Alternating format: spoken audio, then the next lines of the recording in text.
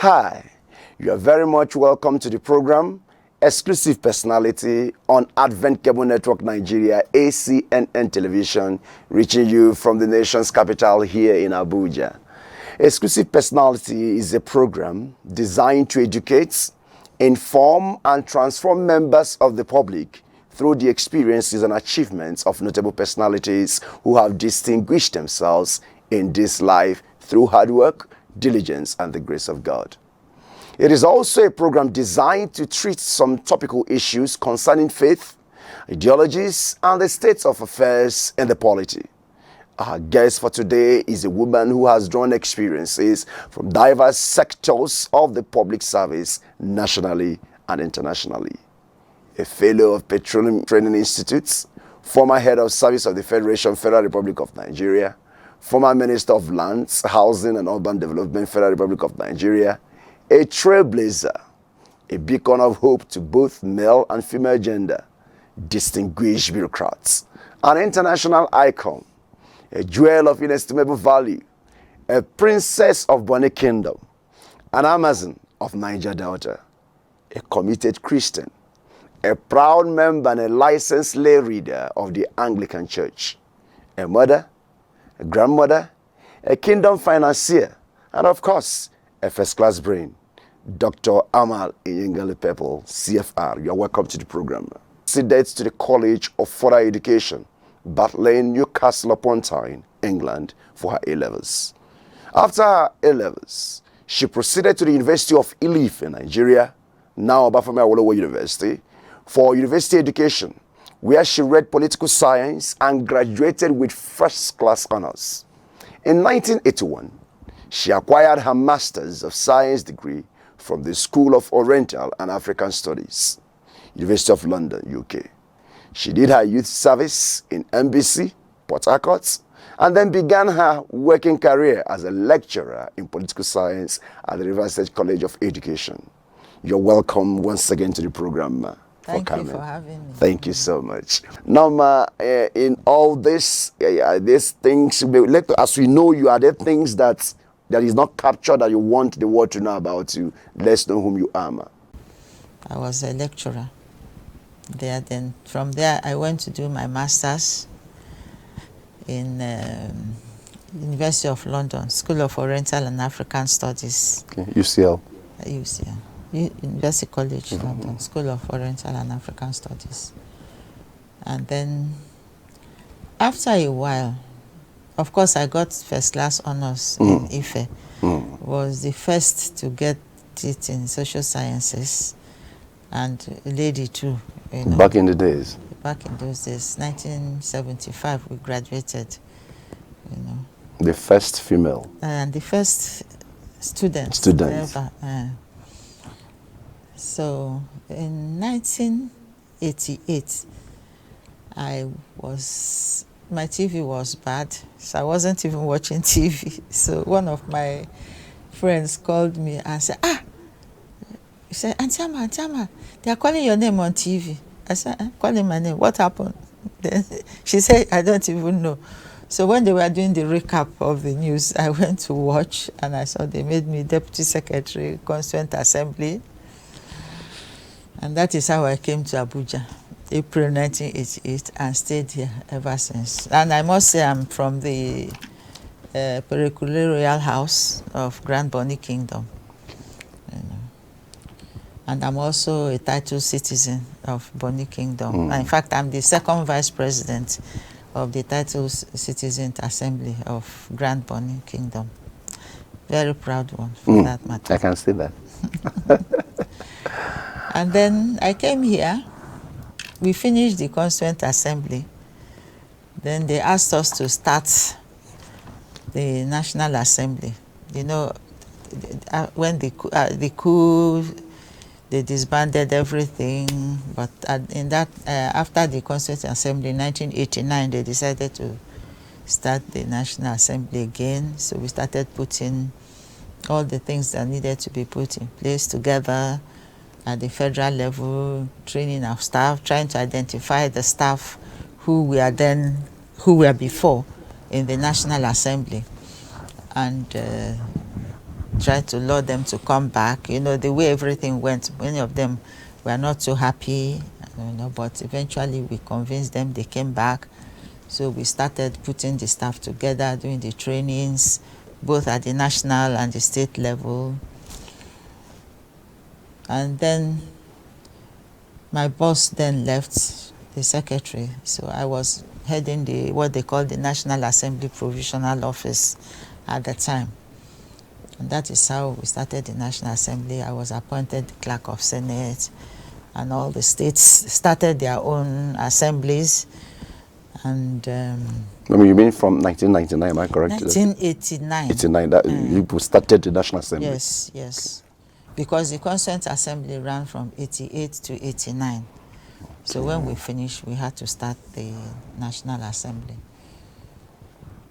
And then, of course, that one again didn't last before the Abacha coup. Okay. You know. And then I was somewhere along the line sent back to the civil service in the office of the Secretary to the Government of the Federation. SGF. I didn't really have a position after that when I left the National Assembly. I was just telling Barrister Nonso that there was a time they posted me to Ministry of Commerce. For 2 years, I didn't have any table to work on. I was sharing office with one deputy director in the SGF's office at the time. But that they sent me to Ministry of Commerce. They said they didn't have space for director. But somewhere along the line in my career, I was posted to Ministry of Commerce as a permanent secretary. The place they said there is no space. There was no space for director. So from there, first of all, I went to, when they made me a permanent secretary in 1999, March, you know, I was sitting in my office one day. I was Director of Economic Affairs office. I barely spent 3 months there, if I'm not mistaken. One day I was in my office. Our permanent secretary called me. I don't want to be mentioning people's names. Yes. He called me and said, was it good afternoon, permanent secretary? I said, no, I'm not the permanent secretary. This is, let me give you the intercom number, the extension for the permanent secretary. He said again, can I talk to the permanent secretary? I said, this is not his office, and it's not his number, his extension. Then he said, Ms. Pepple, come here. This is the permanent secretary. You have just been made a permanent secretary. Come to my office. Lovely. So it was a very pleasant surprise, I would say. And then I was posted to the Federal Civil Service Commission. That was my first posting. And then when Baba came, we all went to school, you know. This is 1999. The new democratic environment came into place. President Obasanjo, everybody calls him Baba. He was the president then. He sent all of us to school. And we didn't really know what the purpose was. But at the end of the day, some people, some permanent secretaries that were appointed along with us, they were dropped, you know. And then they now posted us again to other ministries. I went to the Ministry of Transportation. I was permanent secretary there. Then from there, I went to Ministry of Information. From Ministry of Information, I went to Ministry of Petroleum Resources. That's how I became the governor of OPEC for Nigeria for 3 years. You know, and then I went to Commerce. I went to Agriculture. I think I worked the hardest there. In agriculture? In agriculture. It was a big ministry. We had 13 departments. headed by males, and I was their permanent secretary. In fact, when I first went there, I walked into the office to report for duty. The minister, Adamu Bello, I will call his name, we remain good friends till today. He said, do you know anything about agriculture? I said, I don't know the flimsiest thing about agriculture, except the little one we were doing in secondary school, little garden, flowers and all that. I said, I don't know. But I told him, I said, but I can learn very fast. You know.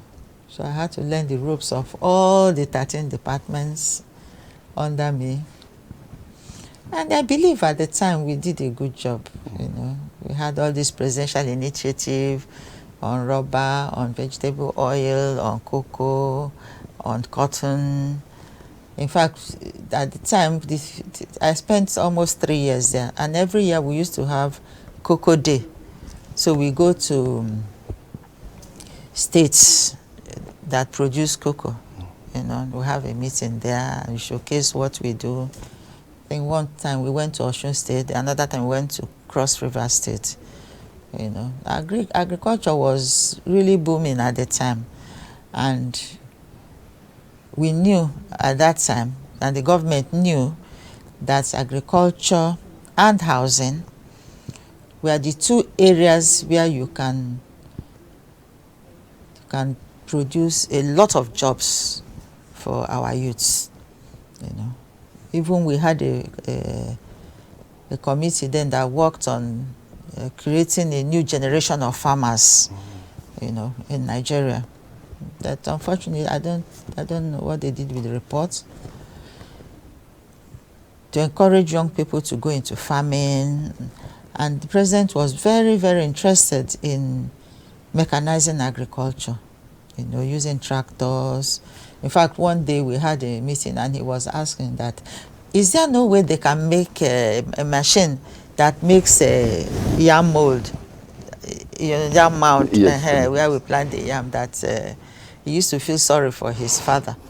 Then he used to go to the farm and make all these yam mounds, you know, and he comes home quite tired, you know. But I don't think up till now there is no machine for that will do it. But the idea was to ensure that young people do not look at agriculture as something that is infra-dig, you know, because they were planning to mechanize agriculture, give them farmlands so that they can live on their farm, build houses on the farm, and encourage them by financing them. And then they can have a point in the various states to take their products to and sell them. Then we started doing rural roads to encourage people to bring their farm products from the rural areas to the state capitals where they can go to the markets. We talked about adding value to agriculture, you know. So for the whole agricultural chain, from the time you are tilling the ground, you are making the mounds, you are making the ridges to plant, you are providing jobs for people at different levels, you know. That was the idea. That was the idea. Up till those who will weed the farm to remove the weeds, up to those who will do the harvesting, up to those who will do the adding value. Like packaging was very important. Even fish farming, you add value by drying them, you know. We had this machine that could dry. You had different levels where you could dry fish, and that was one way of adding value, you know, and even exporting them, you know. So preserving vegetables, there's a lot of wastage in agriculture, you know, so they were thinking of how to preserve even the vegetables we plant, ugu, bitter leaf, how we can preserve them and so on. But I don't think we did much again after that period, because we had even started producing new rubber seedlings to go back to the old days when Nigeria used to produce rubber, and we had all this Michelin and Dunlop. They had. So, Mommy, from what you've just said so far now, it then means that you people made that from your contribution and your colleagues. You people made that agriculture department what it used to be before you put left. Now, how did you now get to the apex of civil service, which is okay, then yes, I know from agriculture, I now went to finance. It was when I was in Ministry of Finance that I was made head of service. and it also came as a surprise. It was a surprise because I was in Iran, in a place called Isfahan. We were having a meeting, you know, and my minister didn't go, so I went to represent him. And then they were calling. You know, I was getting messages on my birthday saying congratulations, congratulations. I thought it was for my birthday. I didn't really realize I had been made head of service. So that's how I had to rush back home very quickly. I was sworn in and I started working as head of service. And then I left. I retired from there. But 2 years later, I was invited to come and be Minister of Housing again.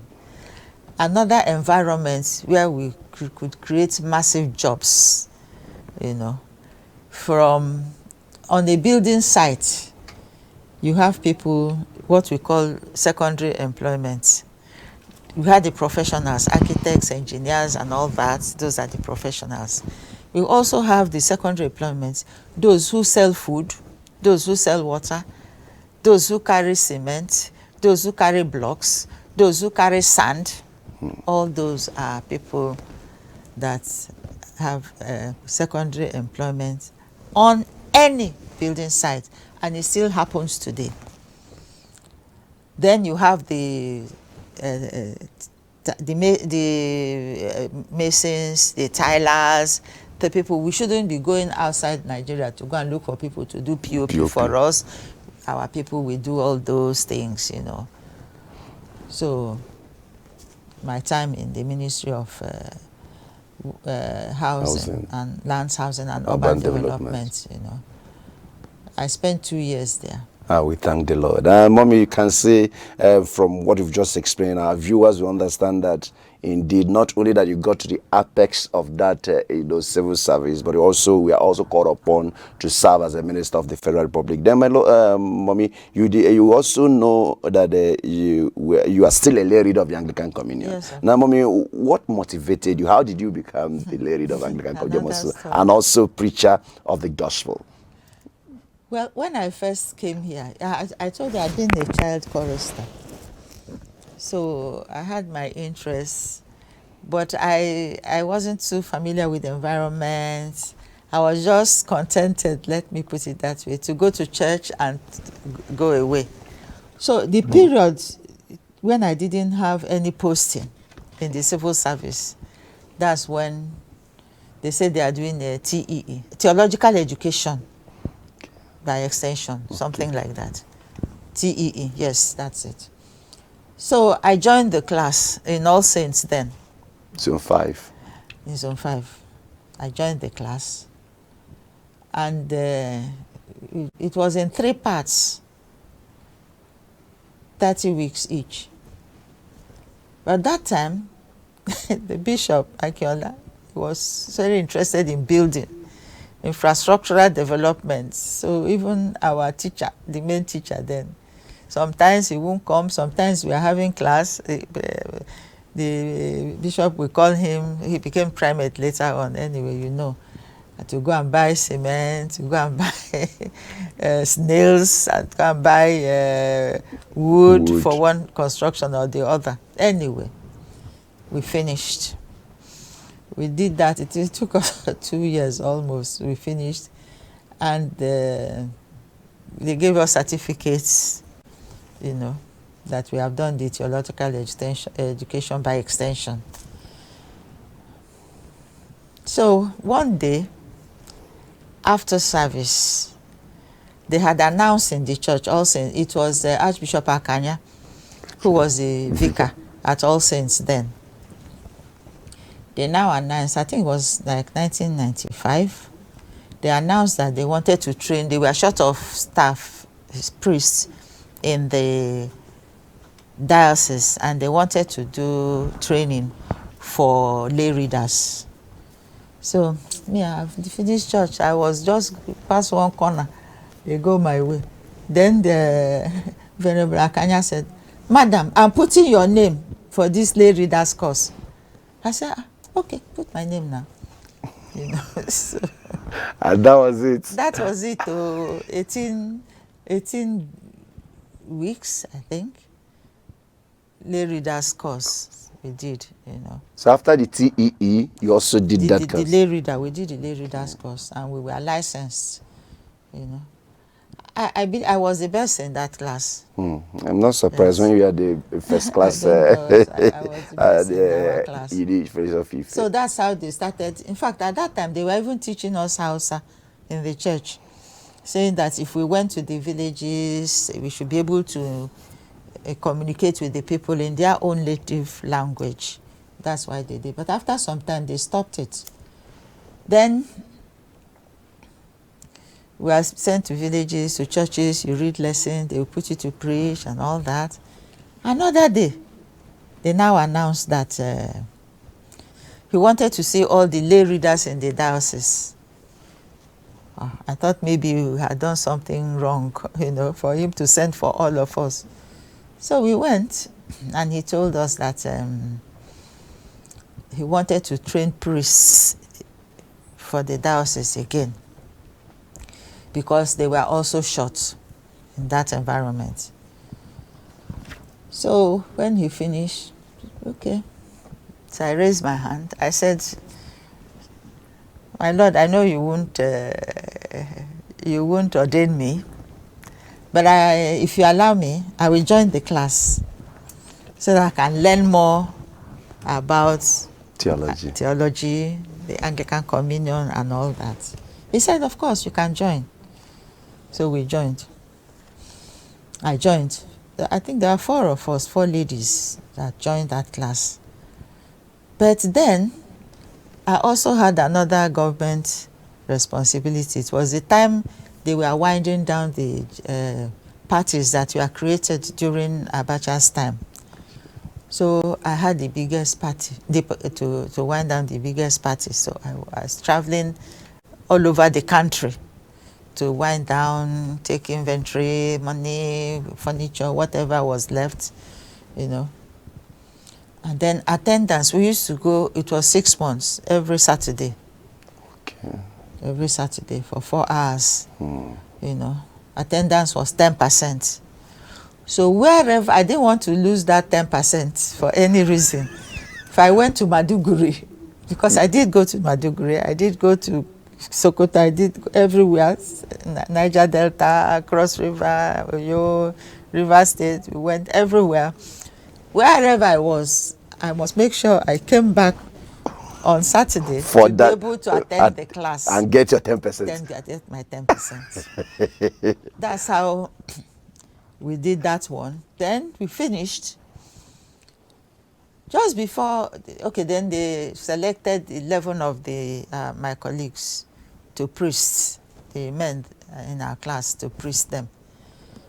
Then the bishop sent for me and said he wanted me to take the sermon, the ordination sermon. I said, me? He said, yes. I started feeling a horrible feeling, had a feeling of inadequacy.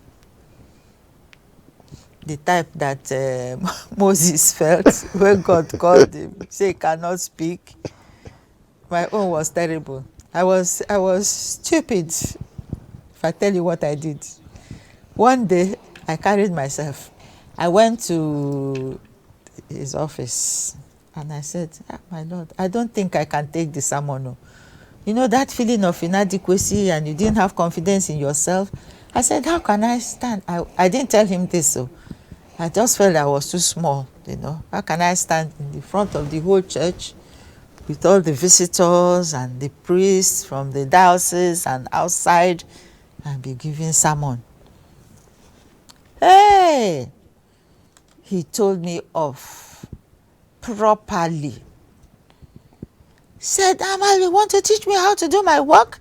I know. I just went on my knees immediately. I said, I'm sorry, my Lord. I'm sorry. I'm sorry. I'm sorry. He said, okay, stand up. He said, do you know why I told you to take the sermon? I said, no. He said, because you have been with them all this while. You did the TEE, you did the lay readers course. Now you joined this priest one. I want you to tell people your journey, the journey that has brought all of them that far. He said, because there was a time in the Kaduna diocese, they also did diocesan training like that to get some more priests for their diocese. And then there was one gentleman there, was quite an old man. When they selected those they were going to train, he wasn't among them. And then people started talking. Ah, that old man that has been working so hard for the church, they did not put him.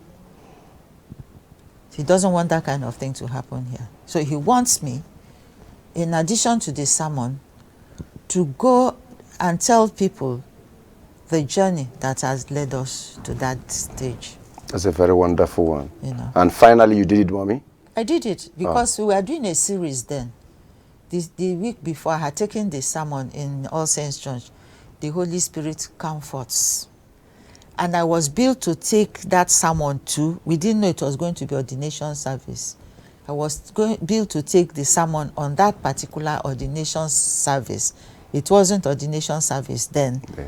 On the Holy Spirit teaches. Very appropriate.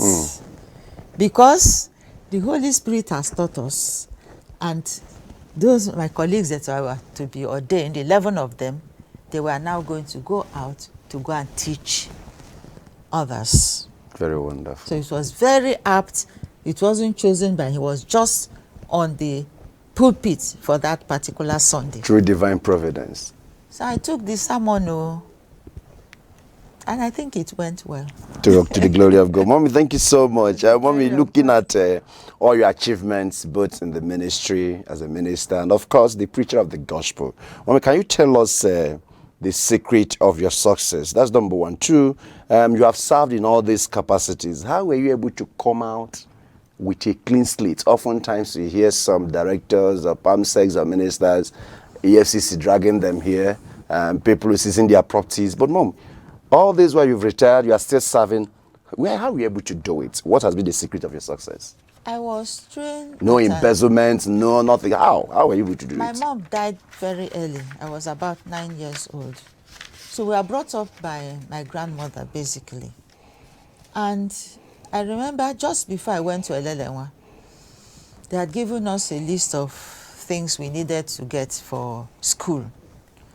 And one of them is Clark Sanders in those days. And there was this one, I think they call it, is it Habana or Havana? It had like a flowery design at the top and it was open in front. So I was sitting in front of our house with my grandmother one day, and one young girl passed wearing that type of sandals. And I said, Mama, look, this is the type of sandals you will buy for me when I'm going to Elelewa. My grandmother went like this. Where did you learn that kind of habit from? Where did you learn that what you see in somebody's body, you want to have it yourself, whether you can afford it or not? My daughter was never like that. To see something somebody is wearing and you say you must have this one. That is what leads people to prostitution. In our language, prostitute called Safire. She spoke our language and said that's what makes people become Safire, that's prostitute, do all sorts of things, Never ever you develop that kind of attitude in your life. Whatever we can give you, you take it. If we cannot give you, forget about them. So I learned it very early. To be contented. Self-contentment. To be contented, whatever you do. And somehow I've been a stickler for the rules. In our school, it was an Anglican secondary school, they brought us up very well to obey the rules, to do that which is right at all times. So I'm a stickler for the rules. And I remember as head of service, I used to tell permanent secretaries under me, I said, whatever happens, rule number one, obey the rules. Rule number 2, obey the rules. Rule number 3, obey the rules. Because if you do, nobody is going to come and ask you, did you or did you not? So that's how I learned. Then something else happened. When I was coming to Abuja, I remember my cousin, who was king at the time, he wrote a letter to me and said, whatever you do, remember the name that you are carrying. Don't ever bring that name into disrepute. So I was very, very conscious of that. And I didn't want anything that will tarnish my name, my family name, my town, my church. So it's not all about your person now. No, it goes beyond that. Beyond that. You know, it goes beyond that. When people see me wearing this lady and they know that I'm doing something that is not right, how will they feel? What will they say about me, about the church, about my religion, about my denomination? So it goes down all the way. One of my sons told me, said, Mommy, he was with me when I was given the honorary doctorate degree.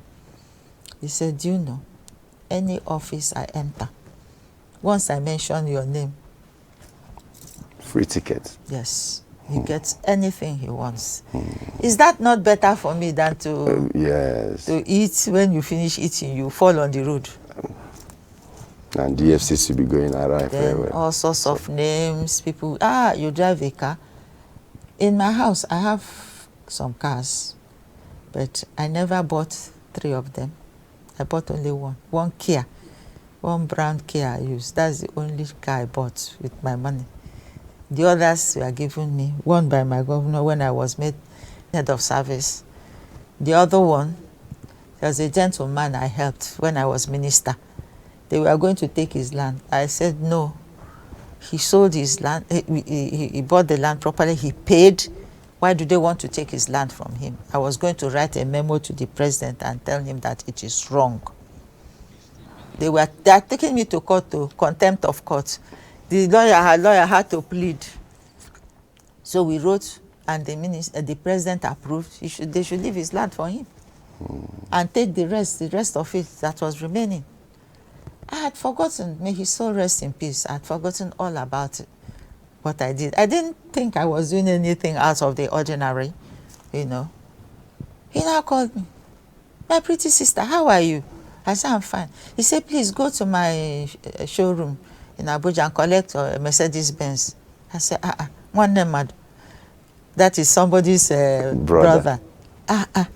Mercedes-Benz. I said, but I don't want Mercedes-Benz. I said, because I already have one. My governor gave me one. He said, what do you want? I told him the car I wanted. And he said, they don't have it in Nigeria now, in his own place. But he will order it for me. If I can wait for 3 months, it will come. So I waited, and one day they phoned me. I should go to his showroom and collect my car. All registered, licensed, everything. Glory. Thank you very much. So, Mommy, first of all, your secret is self-contentment. And of course, fear of God. Protection of the image and all that. Fear of God. Thank you very much, Mommy. Mommy, as a former minister of the Federal Republic of Nigeria, what is your take on women participation in politics, number one? And what is your advice to a girl, child, or young lady who is aspiring to become successful and distinguished like you in life? Okay, I want to start with the young girl. When I was given my honorary doctorate degree in First Technical University in Ibadan, it was their first graduation. After they had invested us with the degrees, I asked for permission to talk to the young ladies because I think they had was it 8 first class and 7 were women in that university. Just like you, first class. And you pass out. When you graduate with your degree, your subject matter. You graduate with a diploma in French language. You graduate with a diploma in entrepreneurship. So if you want to go into business, you can. If you want to do international business, if you want to go to foreign affairs, you have the French language at least to fall back on. So I asked to speak to them. Then I told them, I said, my dear sisters, children, grandchildren, my first grandchild just finished her degree exam this June. I said, secrets in life. Hold on to God. Be very hardworking. Nothing comes by chance. If you don't work, the Bible even says, if he does not work, let him not eat. I say, finally, be committed to whatever you are given to do. I said, don't listen to anybody who will tell you, give me and I will give you. It doesn't work like that. So these are the 3 things I'm going to leave with you. So in life, if you put God first, because God has worked out a trajectory for each and every one of us. There's a destined path for us to work on. And if you can only, you know, there's one picture they show with somebody following the steps, the footprints of God. You only hold on to God and follow his foot. Let him take your hand and lead you wherever you want to go. They give you a responsibility. You have to be committed to that responsibility. I never, ever one day lobbied to be posted to any ministry. Or to become a head of service. Or to become anything. Nothing. But God, in his infinite mercy, took me to some of the best and most important ministries in this country. There had been a situation they were going to post us, and one of my colleagues was lobbying. He doesn't want to leave the ministry where she was at the time. She lobbied one, another person. That one said, my sister, why are you lobbying me too? I will be posted now. You want to go to a lucrative ministry, and you use your hand to go and choose that lucrative ministry. God will abandon you and say, this is the one you chose. Oh, yeah. Then whatever music you see there, you face it. But when you leave him, I was in one ministry. My stories, it shows the power of God. My minister was threatening. He would go and call labor people, come and do meeting. How they will remove themselves, not me. Do you know what happened? At the end of the short time I worked with him, he was lobbying to go to one ministry. When they changed ministers. They removed him completely as minister and posted me to that ministry as permanent secretary. That's God in action. Is our God not awesome? He is. Because one day I was supposed to tell him, I said, because he went to council and said that he wanted me removed as his permanent secretary. It's not because I'm not doing the work, because I did not do what he wanted me to do. I told him one day, I said, you cannot post me out of this place. Only God who sent me here will be able to post me. One other minister I work with, she was disturbing herself, not me. I used to open my window sometimes in the night when I'm praying. Maybe 12 midnight or 3 a.m. One day I opened my window. I said, Papa God, so does it mean you are not hearing me? The way this woman came to Abuja to look for her garri, that's the way I came to.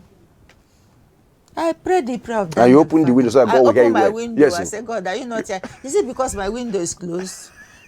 And I told it to one of our archbishop, and he came and used it to preach in the cathedral one day. But I did all that so that, God, I'm with you, nobody else. I have nothing else. Yeah? So for the young girls, that is it. And for the women, our brains are the same. The only difference I know is between left-handed and right-handed people. If you are right-handed, the left side of your brain is more developed. If you are left-handed, the right is more developed. That's the only difference I know, physiologically, biologically. But apart from that, it's the same. And if you are lucky, you have the same opportunity the man has. Work hard, be committed, hold on to God. And then the sky is your limit. Thank you I very told much. those girls, I said, see, your university has put you on a pedestal. From there, you can fly to any level you want to go to, as long as you do these three things. First of all, fear of God, Fear of God, then integrity, integrity, follow the rules, be committed to God, work hard. from your experience in the civil service, what do you think that could be done to stop all this corruption, misappropriation of public funds, and among the political officials? You have been there, and you came out and said that's number one. Two, what are your parting words to our viewers, electorates, and Nigeria as a whole, even as we prepare 2023 general election? You see, we should learn to let money play less and less roles in our political environment. Is this, the Bible tells us, the love of money Is the root. the root of all evil. And for a Christian, he told us that godliness with contentment It's great gain. is great gain.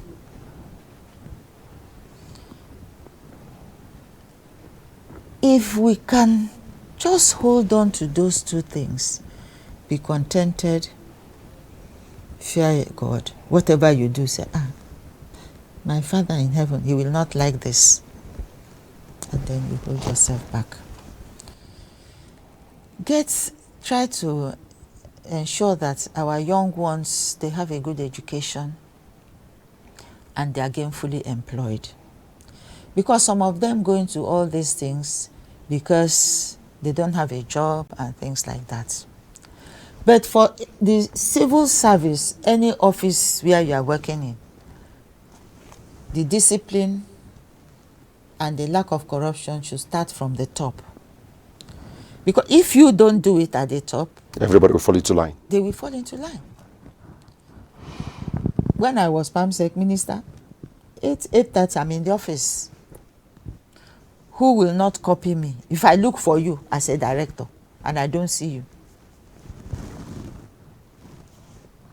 what happens? The same thing with head of service. When you are there, the same thing. The discipline starts from the top. And we used to say that the fish start rotting from the top. When the top is rotten. When we want to buy fish, I'm a reverse woman. You open the gills and see whether it's red. When it's going bad, you won't notice it from the rest of the body of the fish. But once you see the gill, it's changed color. It's not that bright red again. You know it's bad. And you will not buy that fish. It's the same thing. When people see that the top, they are stealing, but nothing is being done, they will too. Becomes a game that everybody wants to play, knowing that they will get away with it.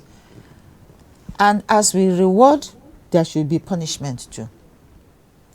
You will reward people for doing well, or being good civil servants and all that. Those who do wrong, The bad eggs. you must punish them too. So that, for me, it sounds simple, but I think it's one of the best ways. And my parting words, as we are going into another election, do not sit in your house and be complaining. Get your PVC. You have said it before. And go and vote. Choose your leader. You know, people say that, they said that if you take their money, you don't vote for them, something will happen to you. I don't believe in that. Take their money. Vote your conscience, because we want Nigeria to be better. We want Nigeria to be better, even for our children, our grandchildren. And we should ensure that our educational sector, I was listening to one a deputy minister in Ghana of education, and he was saying that you start training children to become technologically aware, to know about aeronautical engineering from primary school. I watched that clip. You did, you watched it. See what he said. Not when the person was already in university, you start coming to teach the person ABC, which he would have learned. I went to University of London. They said I should come and do English test. I said, me? I've been studying English all my life, and I did my A-levels in this your country. What do you want me to do? They brought comprehension for me to come and do things I was doing in my primary school days. So the man couldn't. I went to the admission office. I said, I'm not going to take this exam because I did A-levels, and I did A-levels in English. So how do you bring me to come and do master's? I said, I must do English exam. He said, don't worry, you'll find it fun. And that was how it is.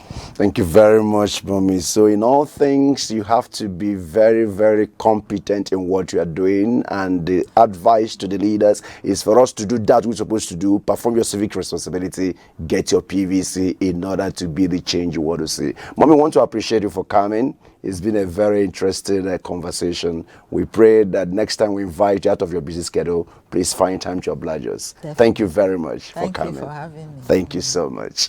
What an amazing time with the former head of service of the Federation, Federal Republic of Nigeria, and also the former Minister of Lands, Housing and Urban Planning, Federal Republic of Nigeria, Dr. Amal Pepple. From our discussion today, former head of service of the Federation have succeeded in enumerating what it takes to succeed in life. She also spoke about faith, ideologies, and positive steps to take in order to ensure peace in the nation. Joining our guests to call for peace, the entire crew of Exclusive Personality and management of Advent Cable Network Nigeria ACNN plead with all and sundry to hearken to this clarion call in order to have a better, strong, reliable, and healthy nation that is devoid of political rancor, tribalism, corruption, and religious sentiment. Finally, ensure above other things that you carry out your civic responsibility by registering and getting your permanent voters card PVC, so that come the year 2023, we can exercise our franchise effectively, efficiently, and satisfactorily. Viewers, this is where we draw the curtain on today's edition of Exclusive Personality. Join us again, same time, same station, for another exciting edition of the program. Until then, this is Chinomso Anozie, urging you to maintain peace, and bye for now.